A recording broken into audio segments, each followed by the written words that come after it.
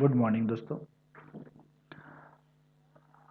Part 8 ની અંદર આપણે કેટલાક શબ્દોની માહિતી મેળવી. ધારણ, વ્યુત્ક્રમણ, રેશમીકરણ ઉપરાંત ધાતુ સાથેની પ્રક્રિયા, તમારા આલ્કાઇલ હેલાઇડની કોની સાથેની પ્રક્રિયા આપણે જોઈ દોસ્તો? ધાતુ સાથેની. એમાં પહેલી હતી તમારી ગ્રિગ્નાર્ડ પ્રક્રિયા. આ RMgX એને કહેવાય ગ્રિગ્નાર્ડ પ્રક્રિયક. એમાં R અને Mg વચ્ચે કયો બંધ લાગે? સહસંયોજક બંધ. દોસ્તો આ શબ્દ ભૂલતા નહીં. તમે આ જે સર્કલ કર્યો ને, આ ચોરસ કર્યું, કે જે કાર્બધાત્વીય સંયોજન, કે જ્યારે કાર્બન એ સીધો ધાતુ સાથે જોડાણ ધરાવતો હોય તો એવા સંયોજનને આપણે શું કહીશું? કાર્બધાત્વીય સંયોજન તરીકે ઓળખીએ છીએ. ચલો મિત્રો, સમજ પડી ગઈ હશે તમને જે હું કહેવા માંગુ છું તે. અને એ પ્રક્રિયા આપણે જોઈ તો કોઈ વાર આ તો તમે પાણીવાળી જ ભણ્યા, આવી રીતે આલ્કોહોલ સાથે પણ જો પ્રક્રિયા તમારા ગ્રિગ્નાર્ડ પ્રક્રિયકની હોય તો એ તમારે આલ્કેન બનાવવાનું બહુ અગત્યની વાત છે દોસ્તો. તમારે ચોપડીમાં કે પ્રક્રિયા નથી, આ એક વાક્ય જ આપેલું છે કે જેમાં આલ્કોહોલ, અમાઇન અને પાણી સાથે તે હાઇડ્રોકાર્બન આપે છે. તો આ આપણે બતાવી દીધું અહીંયા. સમજ પડે છે? અને આમાં નિપજ શું મળે? તો MgRNHX. અને આમાં શું નિપજ બને? MgORX. તો આ પ્રકારના આપણા સંયોજનો પ્રાપ્ત થાય છે મિત્રો. અને એ રીતે આપણે ધાતુ સાથેની પ્રક્રિયામાં ગ્રિગ્નાર્ડ પ્રક્રિયક એટલે કે કઈ ધાતુ આવી? મેગ્નેશિયમ ધાતુ દ્વારા સમજી શકીએ છીએ. હવે ત્યારબાદ બહુ સરસ મજાની પ્રક્રિયાઓ શરૂ થઈ રહી છે આપણા માટે, કે જેમાં હેલો એરિન સંયોજનો ની વાત આવશે દોસ્તો. Hello arene. ચાલો, ઓકે. એની પ્રક્રિયાઓ આપણે જોવી છે.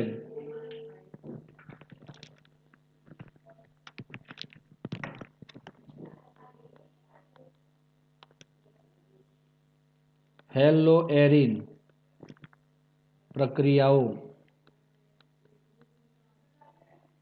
મિત્રો આ હેલો એરિનની પ્રક્રિયાઓ, તો હેલો અને એરિન, હેલો એટલે હેલોજન અને એરિન એટલે બેન્ઝીન, આના પર થતી પ્રક્રિયાઓ આપણે જોવી છે. એમાં દોસ્તો સૌથી પહેલો મુદ્દો છે કે તે અતિ ઓછા પ્રતિક્રિયાત્મક છે. એમાં પહેલી પ્રક્રિયા આવે છે કેન્દ્રાનુરાગી વિસ્થાપન પ્રક્રિયાઓ. કઈ મિત્રો? કેન્દ્ર અનુરાગી વિસ્થાપન પ્રક્રિયાઓ. હવે એમ કહેવાય છે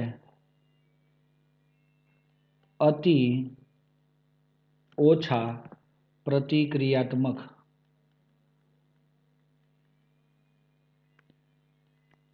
અતિ ઓછા પ્રતિક્રિયાત્મક છે. હા મિત્રો, કેવા છે? તે ખૂબ જ ઓછા પ્રતિક્રિયાત્મક છે. હવે એનું કારણ શું છે? આ પ્રતિક્રિયાત્મકતા ઓછું હોવાના કારણ દોસ્તો હું તમને અહીંયા બતાવું છું. ધ્યાન રાખીએ આપણે. એક સ્મોલ a લખીએ આપણે. સંસ્પંદન અસર. કઈ અસર? સંસ્પંદન અસરના કારણે તે ઓછા પ્રતિક્રિયાત્મક છે. તો આ સંસ્પંદન અસરના કારણે ઓછા પ્રતિક્રિયાત્મક કેમ છે એ હું તમને સમજાવું છું. જોજો, બહુ મસ્ત બંધારણ તમારી સામે આવવા જઈ રહ્યું છે. આ છે આપણું ક્લોરોબેન્ઝીન. ક્લોરોબેન્ઝીનમાં ક્લોરીન પાસે બાહ્યતમ કક્ષામાં 7 ઇલેક્ટ્રોન હોય. એક ઇલેક્ટ્રોન બંધ બનવા માટે વપરાયો. 2 3 4 5 6 7. આમ 6 ઇલેક્ટ્રોન એટલે કે 3 ઇલેક્ટ્રોન યુગ્મ એ આપણે અબંધકારક સ્વરૂપે જોઈ શકીએ છીએ. હવે શું થાય છે કે આ ઇલેક્ટ્રોન યુગ્મ એ તેના પડોશી કાર્બનને તે શિફ્ટ કરે છે. જુઓ દોસ્તો, જો એ તે કાર્બનને શિફ્ટ કરે તો એ કાર્બન અને એ હેલોજન એટલે કે ક્લોરીન વચ્ચે કયો બંધ રચાય દોસ્તો? ડબલ બોન્ડ રચાય, નવો બંધ રચાય અને એ પોતે પ્લસ બને. તો આ જે ઇલેક્ટ્રોન યુગ્મ અહીંયા હતું તે એના ઉપર શિફ્ટ થવાથી હવે આ જે ઇલેક્ટ્રોન યુગ્મ છે બંધવાળું, એ ક્યાં ગયું? તો એ બાજુના કાર્બન પર ગયું. કેમ ગયું? જો હું અહીંયા બનાવું તો આ કાર્બન પાસે 5 બંધ થાય, એટલે આ ખોટું પડે. તો આપણું એ બંધ અહીંયાથી શિફ્ટ થઈ અને આખું ઇલેક્ટ્રોન યુગ્મ આ કાર્બન ઉપર જાય, જે આપણે આ બાજુથી 1 અને 2 ગણતા હોય તો સેકન્ડ કાર્બન પર આવે, અને ત્યાં વધારાનો એક ઇલેક્ટ્રોન આવ્યો હોવાથી આપણે તેને શું કહીશું મિત્રો? વધારાનો એક ઇલેક્ટ્રોન યુગ્મ ત્યાં જમા થયેલો હોવાથી આપણે એને કહીશું કે તે અબંધકારક સ્વરૂપે જોવા મળશે. હવે આ ઇલેક્ટ્રોન યુગ્મ એ આ કાર્બનને આપવામાં આવે. તો દોસ્તો તમે જોઈ શકો છો કે આ ડબલ બોન્ડ Cl એ તો પ્લસ જ છે. ઓકે, અને હવે આ ડબલ બોન્ડ આ ઇલેક્ટ્રોન યુગ્મ બીજા ઉપરથી ત્રીજા ઉપર શિફ્ટ થાય તો એ બે વચ્ચે નવો બંધ રચાય. તો એ જ દરમિયાન તમારું આ ઇલેક્ટ્રોન યુગ્મ એ ક્યાં જતું રહે? સામેના કાર્બન ઉપર જાય, એટલે તે નેગેટિવ બને છે. ચલો, થઈ ગયું દોસ્તો. ત્યારબાદ આપણે જોઈ શકીએ છીએ અહીંયા કે આ ઇલેક્ટ્રોન યુગ્મ એ બાજુવાળા કાર્બન પર શિફ્ટ થાય તો આના ઉપર એ માઇનસ બને છે, અને હવે એનો બંધ તૂટી એ આના ઉપર ગોઠવાતો હોવાથી તે આ પ્રકારે આપણને પ્લસ જોવા મળે છે. અને હવે આપણે લાસ્ટ કહી શકીએ કે આ ઇલેક્ટ્રોન યુગ્મ આ કાર્બન પર જવાથી આ પાછું માથે ચડી જાય, અને તેના લીધે આપણને પ્રાપ્ત થાય છે દોસ્તો. સોરી અહીંયાથી આ ડબલ બોન્ડ અહીંયા હતો ને, તો આ અહીંયા ન આવે. હા, ડબલ બોન્ડ અહીંયા આવે. તો એના લીધે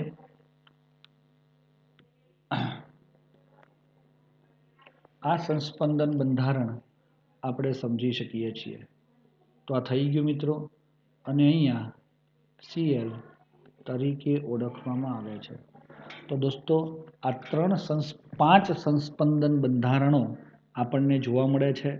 એ 5 સંસ્પંદન બંધારણો પૈકી 3 સંસ્પંદન બંધારણોમાં તમે જોઈ શકો છો કે અહીંયા દ્વિબંધ રહેલો છે. આ શું છે? દ્વિબંધ છે ને, અહીંયા જુઓ, આ દ્વિબંધ છે, આ દ્વિબંધ છે. આ દ્વિબંધ હોય એના લીધે આપણે એમ કહીએ છીએ કે એ C અને Cl વચ્ચે આંશિક દ્વિબંધ રહેલો છે. શું રહેલો છે? C અને Cl વચ્ચે આંશિક દ્વિબંધ રહેલો છે. પરિણામે આથી તે Rx કરતા ટૂંકો બને છે. ખબર પડી? ARX અને RX, તો કયો ટૂંકો હોય? ARX વાળો. આથી તેને તોડવો મુશ્કેલ બને છે. દોસ્તો એ તોડવો મુશ્કેલ કેમ બન્યો? ડબલ બોન્ડ હતો એટલે. ડબલ બોન્ડ હોય તો એ ટૂંકો હોય, અને ટૂંકો હોય એટલે તોડવો મુશ્કેલ પડે. એટલે પ્રતિક્રિયાત્મકતા ઘટે છે. આથી તેની પ્રતિક્રિયાત્મકતા ઘટે છે. સમજ પડે છે દોસ્તો? તેની પ્રતિક્રિયાત્મકતા ઘટે છે. ચલો, હવે આ એક વાત પૂરી થઈ ગઈ. હવે નંબર 2 આવે. એમાં કહેવાય છે C-X બંધમાં કાર્બન પરમાણુનું સંકરણ. એ પણ એના ઉપર ઇફેક્ટ કરે છે દોસ્તો.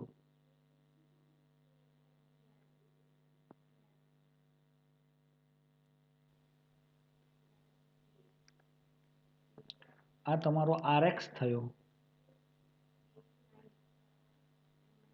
અને આ તમારો ARX થયો. ઓકે, તો દોસ્તો એમ કહેવાય છે અહીંયા Cl ની જગ્યાએ તમે x પણ મૂકી શકો,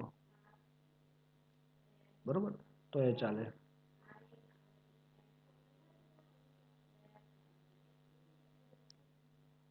ચાલો હવે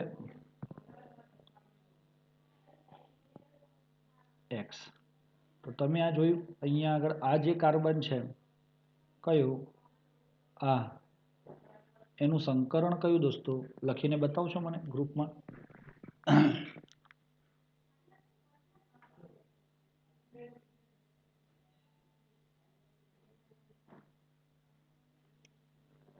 કોઈને નથી ખબર? sp3. જ્યારે આ કાર્બન જે છે આ કાર્બનની સંકરણ કયું થાય? sp2. સમજો દોસ્તો.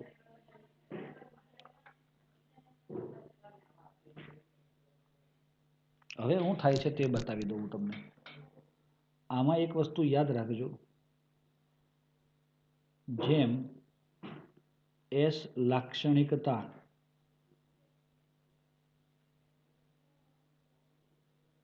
વધુ તેમ તે પરમાણુ વધુ વિદ્યુત ઋણ બને.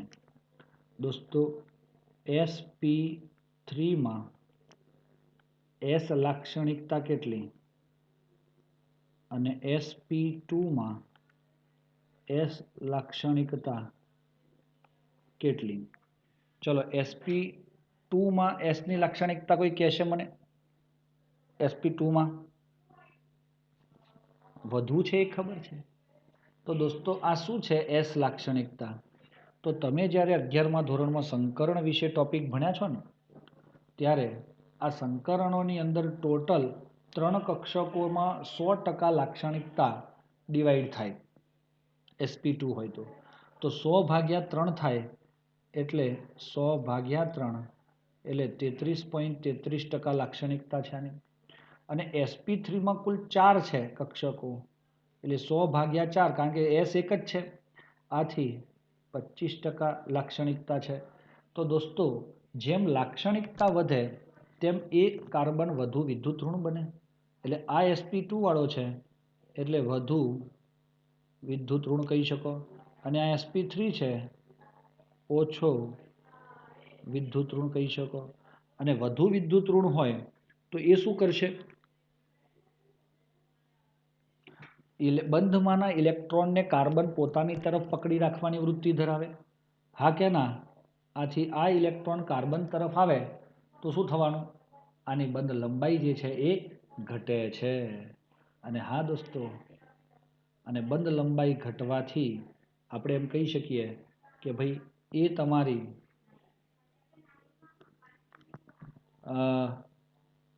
હેલો આલ્કેનની જે બંધ લંબાઈ છે, આ બંધ લંબાઈ આ એ મળે છે 177 પિકોમીટર, જ્યારે હેલો એરિનની અંદર એ જ બંધ લંબાઈ મળે છે 169 પિકોમીટર. 177 પિકોમીટર અને બીજી મળે છે 169 પિકોમીટર. કુછ સમજમાં આવે છે દોસ્તો આપણને? હા, તો એ આપણે ધ્યાન પર લઈ શકીએ છીએ. અને હવે આ બંધની લંબાઈ ઓછી હોય તો તોડવો પણ મુશ્કેલ પડે, હા કે ના? અને ઓછો તોડવામાં મુશ્કેલી પડે તો પ્રતિક્રિયાત્મકતા એની ઘટે છે. તો દોસ્તો આ 2 ટોપિક ખબર પડી તમને કે ના પડી? પડી જાય છે. હવે પહેલી વસ્તુ છે કેન્દ્ર અનુરાગી વિસ્થાપન પ્રક્રિયાઓમાં, અને બીજી વસ્તુ છે C-X બંધમાં કાર્બન પરમાણુનું સંકરણ થવાથી. ત્રીજી વાત, ચલો દોસ્તો આટલે 2 ટોપિક ખબર પડી તમને. ત્રીજો ટોપિક આપણે જોઈએ છીએ MCQ બેઝ છે, જે આપણે ધ્યાન પર પણ રાખી શકીએ.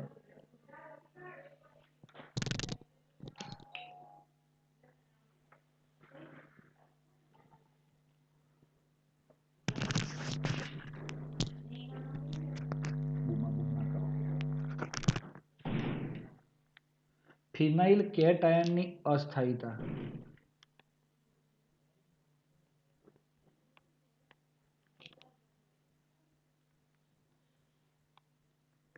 દોસ્તો ફિનાઇલ કેટાયન એટલે શું? કોઈ કહી શકશે મને?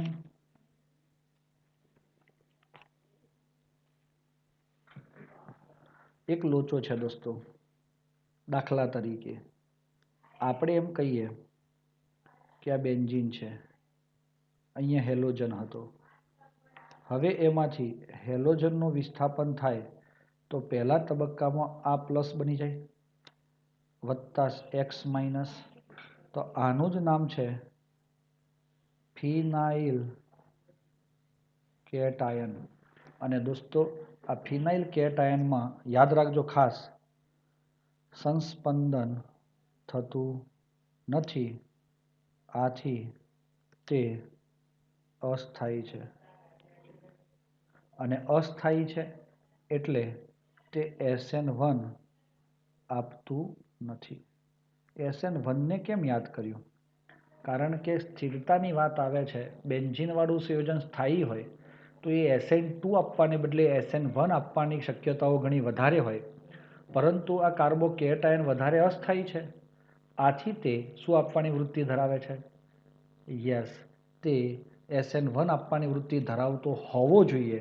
પરંતુ આમાં આ કાર્બોકેટાયન જે ફિનાઇલવાળો બન્યો છે એની સ્થાયીતા જ દેખાતી નથી આપણને. અને સ્થાયીતા જ ના હોય તો શું મળે આપણને? કંઈ જ મળતું નથી. તો મિત્રો સમજ પડે છે આપણને? આ વસ્તુ ઉપર આપણે ફોકસ કરી શકીએ. અને નંબર 4, જોજો દોસ્તો, સંભવિત અપાકર્ષણને લીધે ઇલેક્ટ્રોન ધનિક કેન્દ્ર અનુરાગી એ ઇલેક્ટ્રોન ધનિક, હા ચલો જનરલી શું થાય?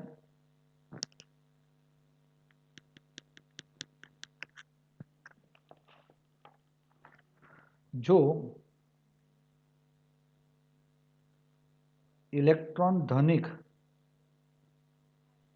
કેન્દ્રાનુરાગી પ્રક્રિયક મતલબ શું ભાઈ? ઇલેક્ટ્રોન ધનિકનો શું મતલબ થાય? કે જેની પાસે ઇલેક્ટ્રોન વધુ હોય તેવો.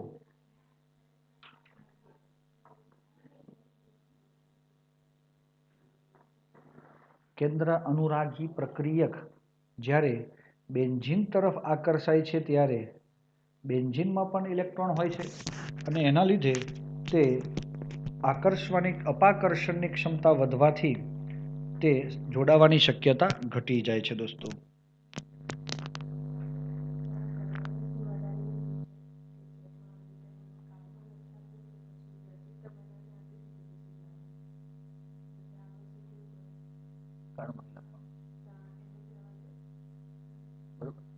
એમને કહી દેવાનું ખાલી.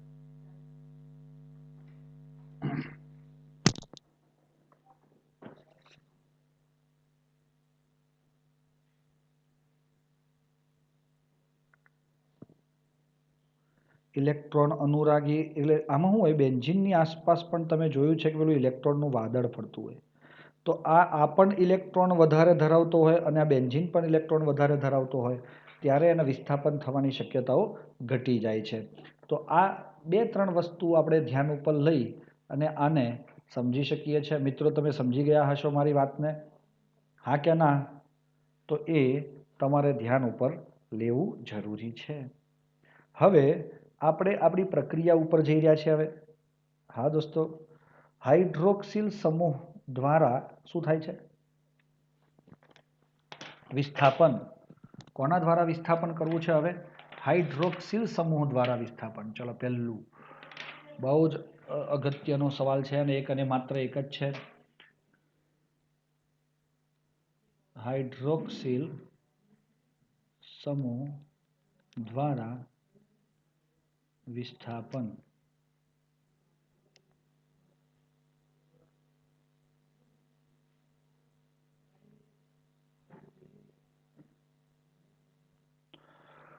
ચલો હવે સૌથી પહેલા દોસ્તો પ્રક્રિયા લઈએ છીએ આપણે.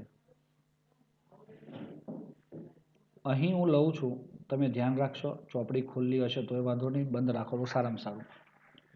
આ ક્લોરોબેન્ઝીન છે આપણો. શું છે મિત્રો? ક્લોરોબેન્ઝીન.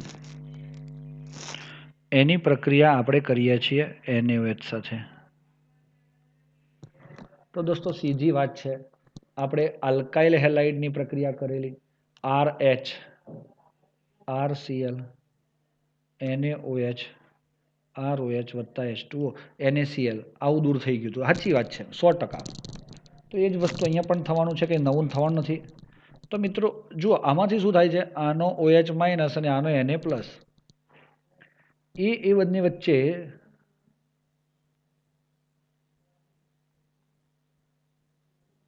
જ્યારે વિસ્થાપનની ક્રિયા કરે છે ત્યારે એ NaCl ને દૂર કરે છે.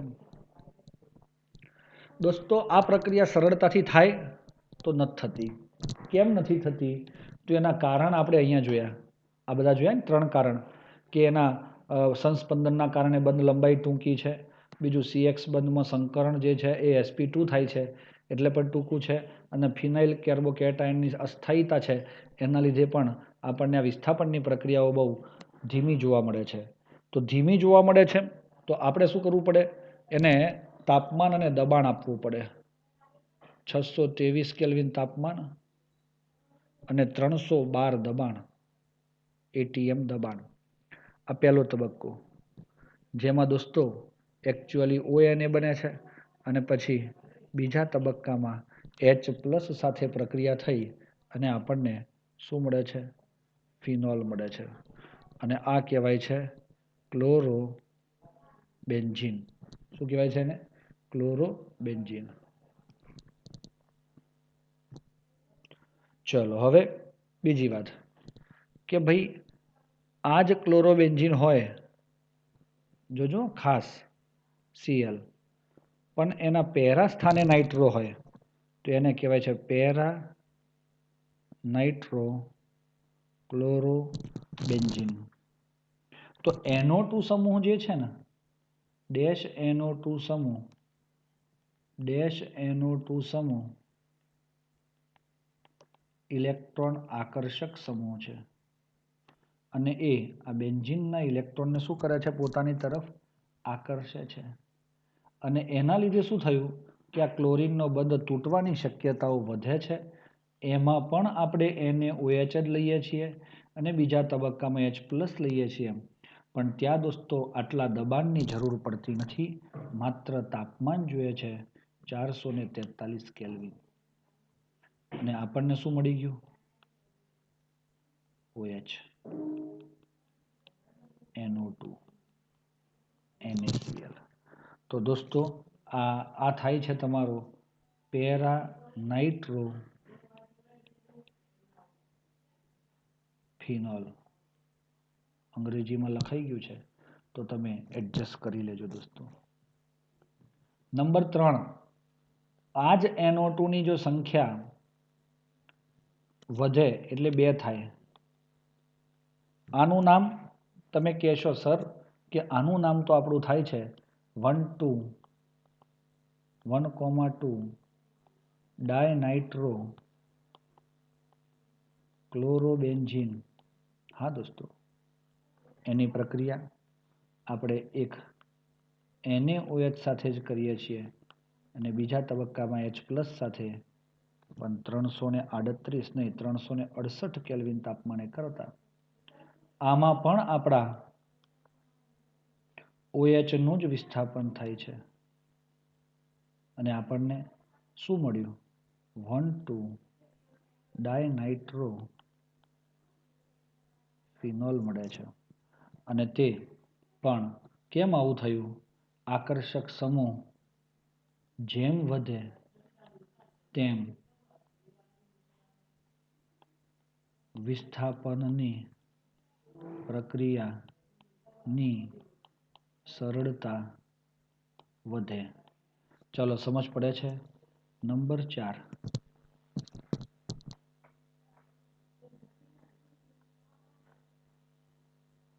ક્લોરો, NO2, NO2 અને NO2, 2,4,6, 1 2 3 4 આ રીતે લખાય. 1 2 3 4 ટ્રાયનાઇટ્રો ક્લોરોબેન્ઝીન આવા સંયોજનોમાં આપણે જ્યારે પ્રક્રિયા કરીએ છીએ તો અહીંયા NaOH ની જરૂર જ નથી પડતી દોસ્તો. માત્ર પાણીથી જ H+ અને OH- મળે ને, માત્ર પાણી. આ NaOH કેમ ઉમેરતા હતા સાહેબ? OH માટે. તો એ જ OH એ પાણીમાંથી મેળવી લે છે.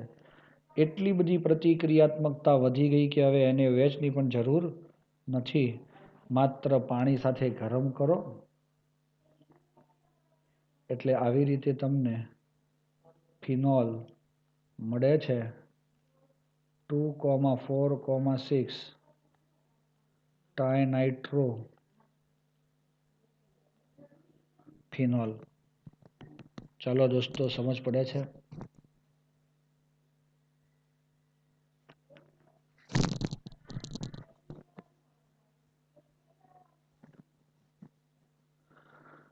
મેટા સ્થાન ઉપર તમારો કોઈ પણ સમૂહ દાખલ થઈ શકતો નથી, કારણ કે આમાં ક્લોરીન અને OH બંને ઓર્થો અને પેરા નિર્દેશક સમૂહો છે અને તેના ઉપર અસર પણ થતી નથી. ચલો, ક્લિયર થયું દોસ્તો?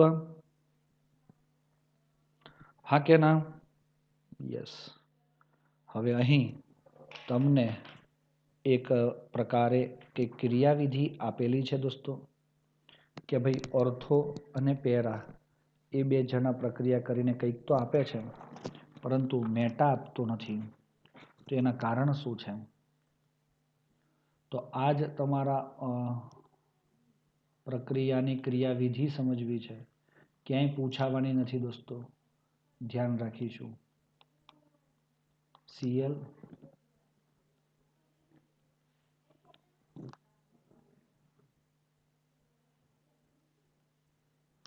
એકચ્યુઅલી આ પ્રકારનું બંધારણ છે આપણું,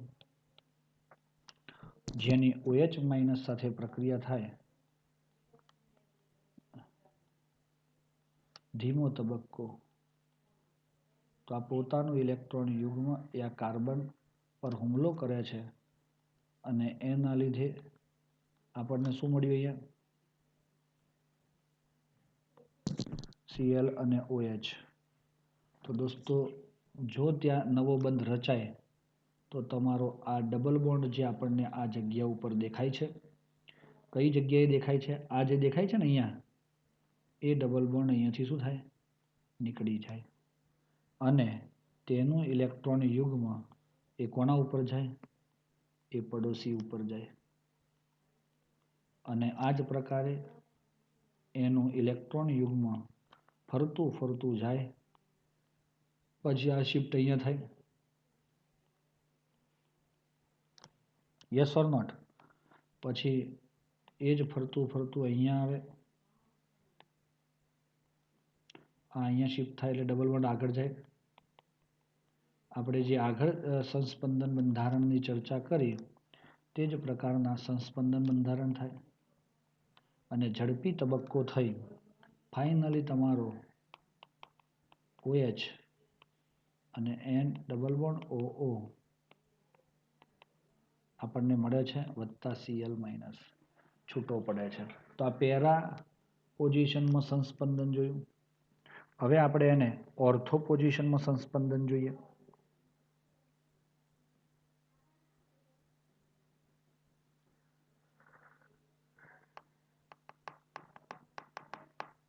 બતાવું તમને હું પછી. તો ચલો ઓર્થોની વાત કરીએ છીએ આપણે.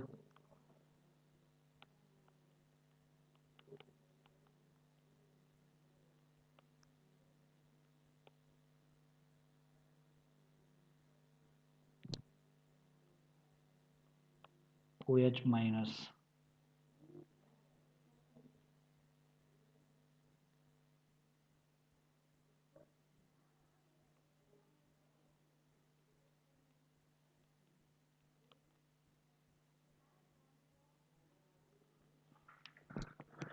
તો ચલો આની અંદર ઇલેક્ટ્રોન યુગ્મ આના ઉપર જ ગયું. આપણે સેમ પેટર્નથી જે છે, જે પેટર્નથી આપણે શીખ્યા છીએ સંસ્પંદન, આટલા કરશો એટલે તમને આવડી પણ જશે. અહીંયા આવી જાય.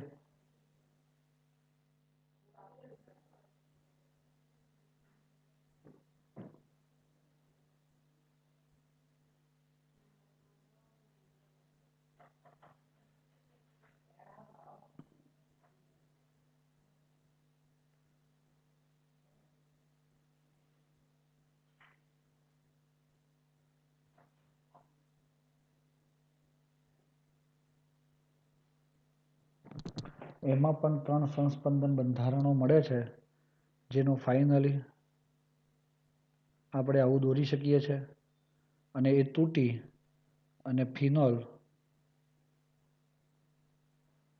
NO2 વત્તા Cl છૂટો પડે છે.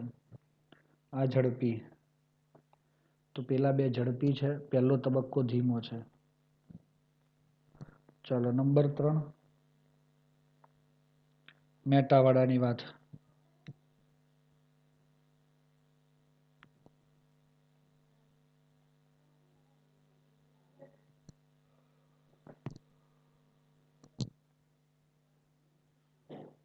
આમાં દરેકમાં આપણે ભૂલી ગયા, પહેલા વાળામાં ખબર પડી ને,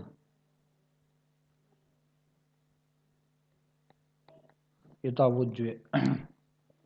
ચલો આ પ્લસ અને આ માઇનસ, OH માઇનસ ધીમો તબક્કો.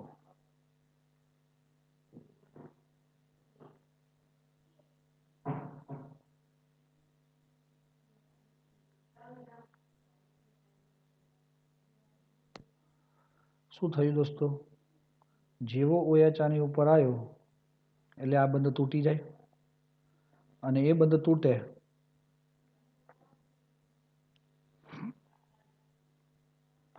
એટલે આ નેગેટિવ બને. પછી તો એની કથા ચાલુ થઈ જાય અને એ અહીંયા શિફ્ટ થાય.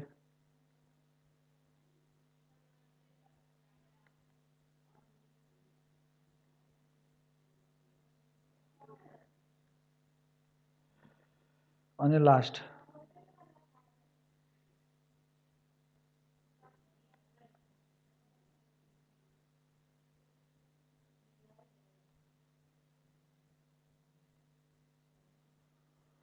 ફાઇનલી તે માથે ચડી જાય અને એના આધારે OH આપણને પ્રાપ્ત થાય NO2 તરીકે.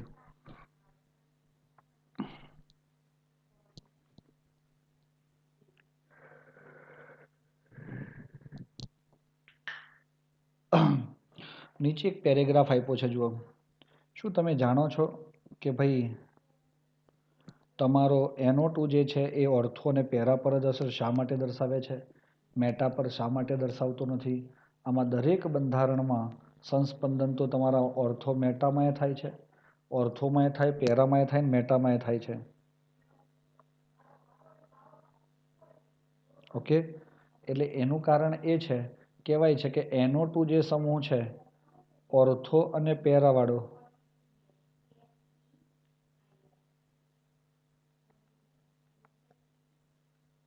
તો આ બે બંધારણ એવા છે કે જેમાં નાઇટ્રો સમૂહ બેન્ઝીન વલયની ઇલેક્ટ્રોન ઘનતા ઘટાડે છે. સમજી ગયા? ઓર્થો અને પેરાનો નાઇટ્રો સમૂહ બેન્ઝીન વલયની ઇલેક્ટ્રોન ઘનતા ઘટાડે છે અને પરિણામે કેન્દ્ર અનુરાગી પ્રક્રિયકનો હુમલો એના ઉપર સરળ બને છે.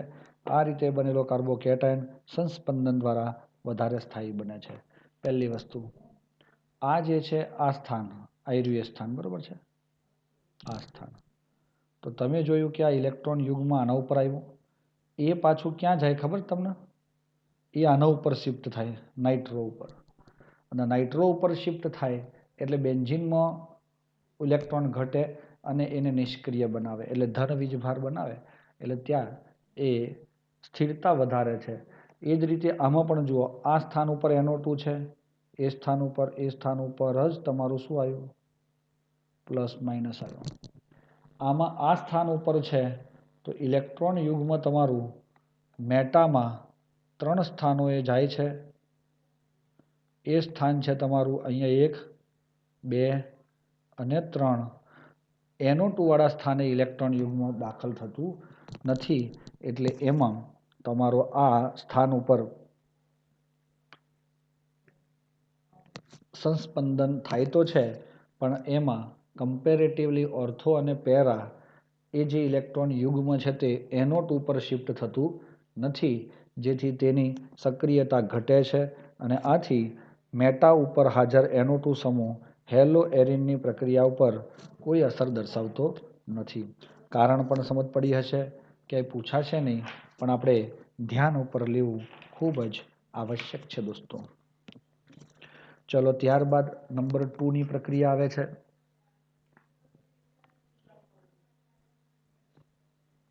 ઇલેક્ટ્રોન અનુરાગી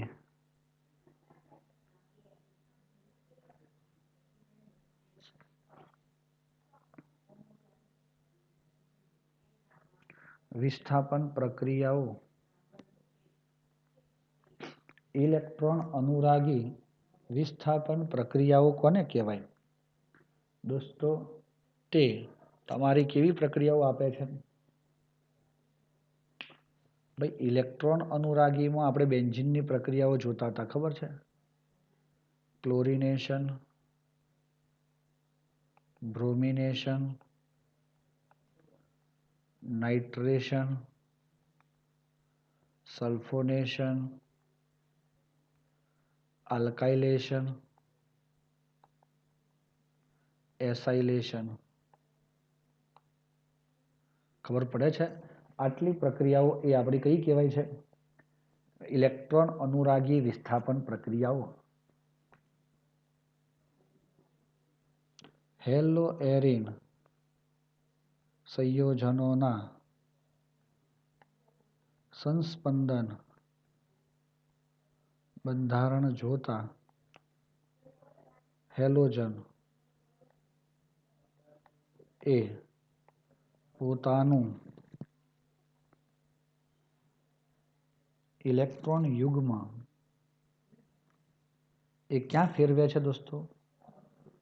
પોતાનું ઇલેક્ટ્રોન યુગ્મ એ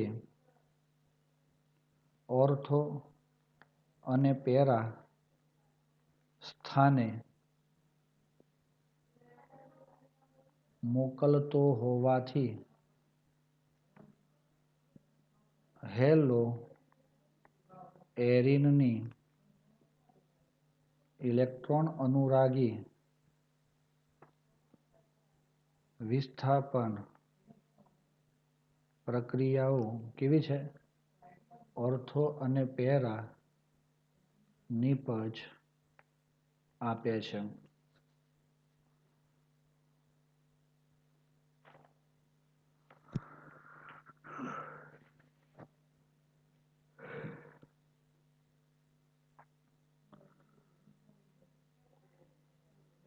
ઉગ્ર પરિસ્થિતિમાં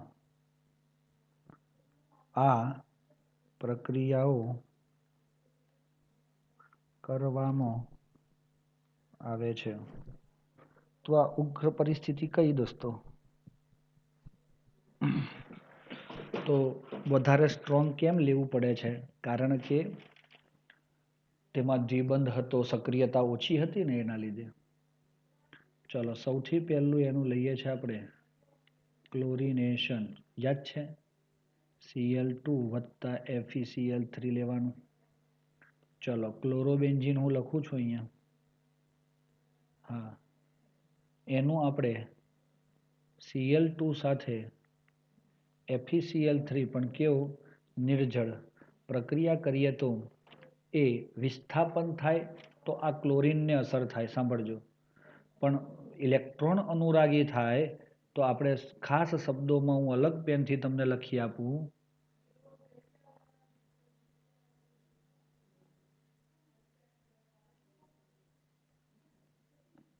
બેન્ઝીન વલય ના H નું વિસ્થાપન. કોના ભાઈ?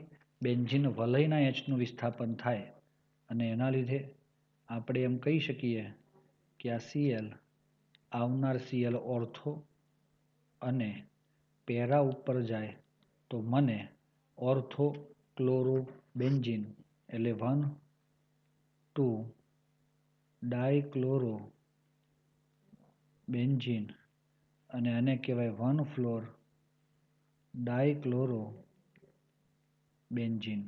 કારણ કે આ પહેલું સ્થાન, આ બીજું સ્થાન, પહેલું, બીજું, ત્રીજું અને ચોથું સ્થાન આપણને મળે છે. ક્લિયર થઈ જાય છે? સમજ પડવી જરૂરી છે. ચલો વત્તા HCl દૂર થશે એટલે માઇનસ HCl લખો અથવા તો વત્તા HCl લખો તો પણ ચાલશે.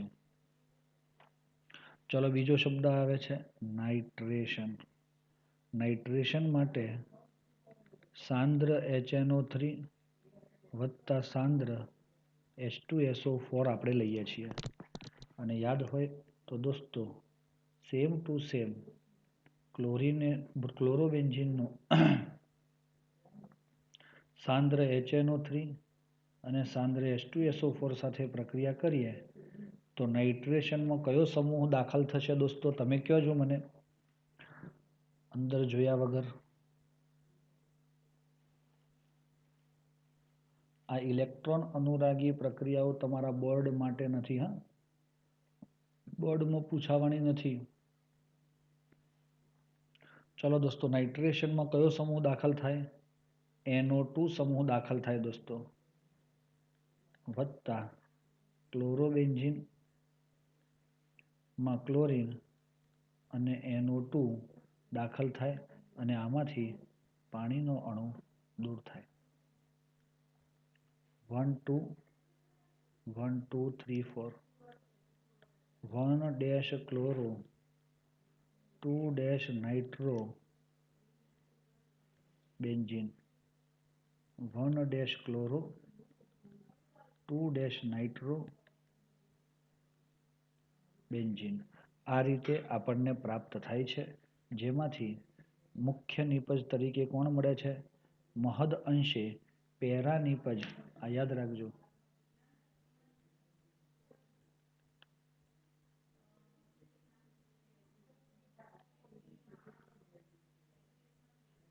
મુખ્ય તરીકે મળે છે. ઓકે દોસ્તો, આને મુખ્ય કહેવાનું, આને પણ મુખ્ય કહેવાનું.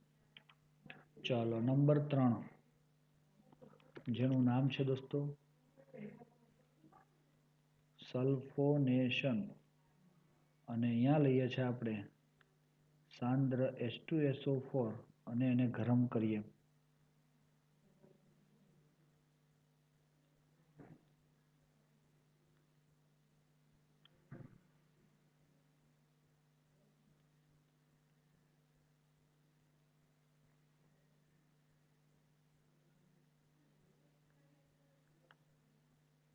ક્લોરોબેન્ઝીન સલ્ફોનેશનમાં -SO3H સમૂહ આવે, જેને સલ્ફોનિક એસિડ પણ સમૂહ કહેવાય છે.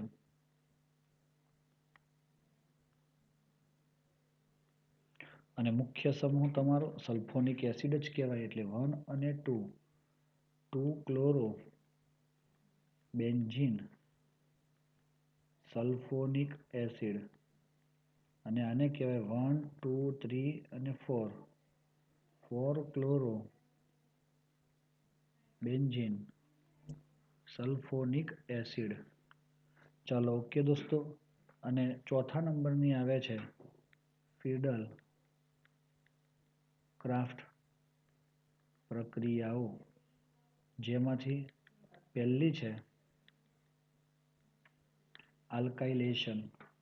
તો આલ્કાઇલેશન કરવું હોય CH3Cl વત્તા નિર્જળ AlCl3 અને એમાં -CH3 સમૂહ જોડાય છે.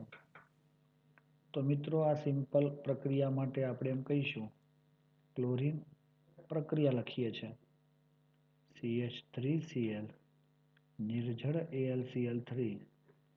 તો તમારો CH3 સમૂહ એ ક્યાં આવે? ઓર્થો અને પેરા.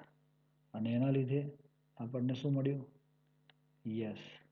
આનું નામ થાય દોસ્તો 1 chloro 2 methyl benzene 1 chloro 4 methyl benzene. તમને એમ થાય કે ક્લોરોનો C મિથાઇલ એમ, તો 100% સાચી વાત છે દોસ્તો. જ્યારે બે જુદા જુદા સમૂહો ગોઠવાયેલા હોય તો તમારે આ અંગ્રેજી મૂળાક્ષર પ્રમાણે જવું જરૂરી છે. એસાઇલેશન. કયું લેશન? એસાઇલેશન. તો મિત્રો CH3COCl નિર્જળ AlCl3 અને ત્યાં સમૂહ કયો લાગે? -COCH3. જ્યારે બેન્ઝીનનો આપણે પ્રક્રિયા કરીએ છીએ CH3COCl નિર્જળ AlCl3 એ બંનેમાં કોમન આવશે તો તે Cl ઓર્થો અને Cl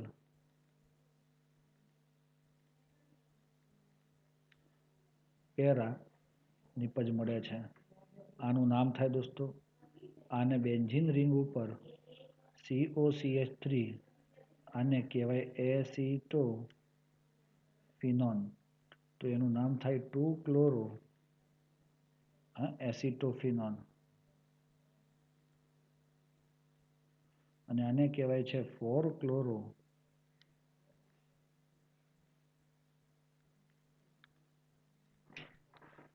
એસિટોફિનોન તરીકે ઓળખવામાં આવે છે મિત્રો સમજ પડે છે આપણને હે ભાઈ સમજ પડી